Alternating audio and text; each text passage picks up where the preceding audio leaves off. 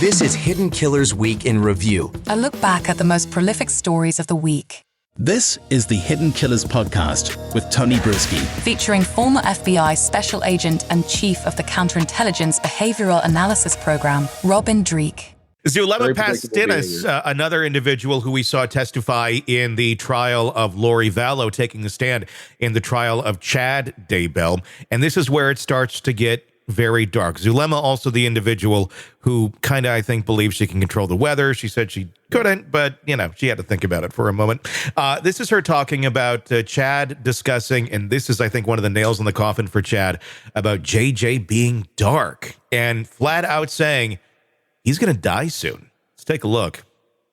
During this meeting, Chad said that JJ was going to die young, that he was probably going to die soon, and that he was going to come right back to Earth as Colby's son. And who is Colby? Lori's son. What a great way to justify murder to your crazy wife. And I'm wondering if that's part of why Lori believes what she believes, because, oh no, he's not dead. He came back as Colby's son. He's my grandkid now, and probably legitimately believes it. And Chad was just like, whatever I can say. Yeah, totally. It's the most egregious example of rationalization of horrendous human behavior, that we've seen. That's exactly what they're doing, rationalizing away, not just for themselves, but their followers. Yeah. And completely legitimizing himself even more because, he predicted it. Look, it happened. It's just, what a twisted cult of crazy. And legitimizing things is always interesting in this case with Chad and Lori, because if something doesn't necessarily follow the pattern that it should be, or the rules that they've set down, well, all you got to do is say it just doesn't apply to me because I'm that special. And Zulema's talking about that as well. Let's take a look. I asked why they were together like that when he was still married, and he said that they had been married to each other 7 times before in other lives, and they had been exalted before together in other creation, in other worlds, and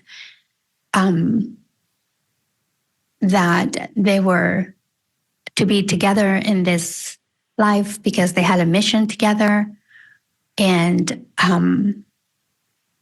that their spouses would understand because of the mission that they needed to complete.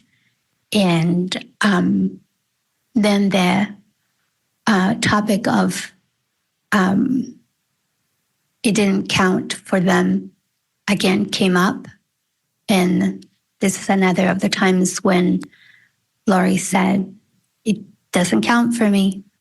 It doesn't coincide with the rules for everyone else. Me, I'm good. I'm gonna be the Queen of Rexburg. And you can see how much she believes it too. Yeah.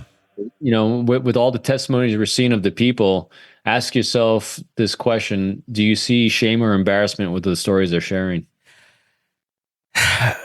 Not a lot. No. I think they still subscribe.